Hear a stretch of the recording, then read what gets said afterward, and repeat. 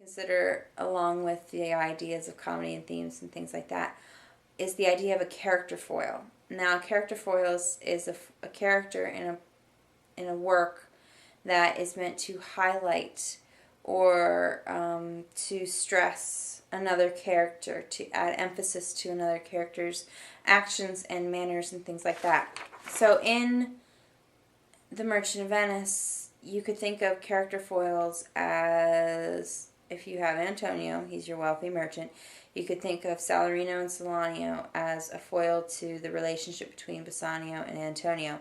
Salarino and Salanio offer us information. They are news broadcasters. They give us information about what's going on with Antonio whenever he's not on the stage. The other character foil to consider would be Jew versus Christian. Now, those aren't specific characters, but in the story, Antonio is your primary Christian.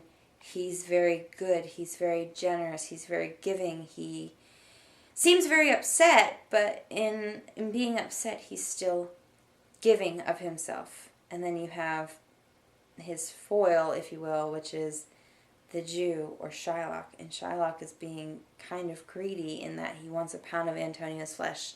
And he's more worried about his ducats, it seems, than his daughter.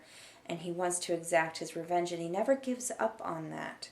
So that's something to consider as well in terms of character foil. Now, key scenes from Act 2 that I want to mention that you need to go back and touch on are Jessica fleeing from Shylock's house, which is Act 2, Scene 6.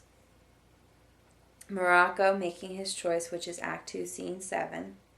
So Salarino and Salanio providing an update, just because they're your news broadcasters, and that's Scene 8. And then Aragon choosing his casket, which is Scene 9.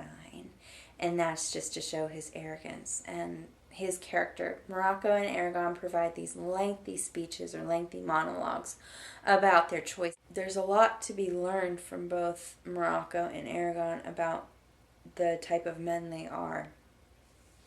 Something else to remember is that your character Gobbo is your comic relief. He and his father, Lancelot and old Gobbo, are there for our entertainment. They relieve the tension on the stage. After a major scene has occurred, you have Lancelot, Gobbo, and his father who enter and kind of like, take a breath, laugh a little bit, here are these two clowns, enjoy. Okay?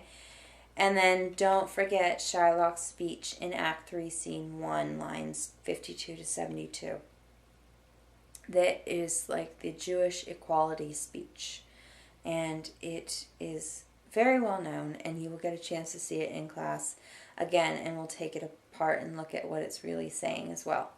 So that's a little bit of review and a little bit of new information for you from The Merchant of Venice. I hope you enjoy, and we'll finish reading the play in class.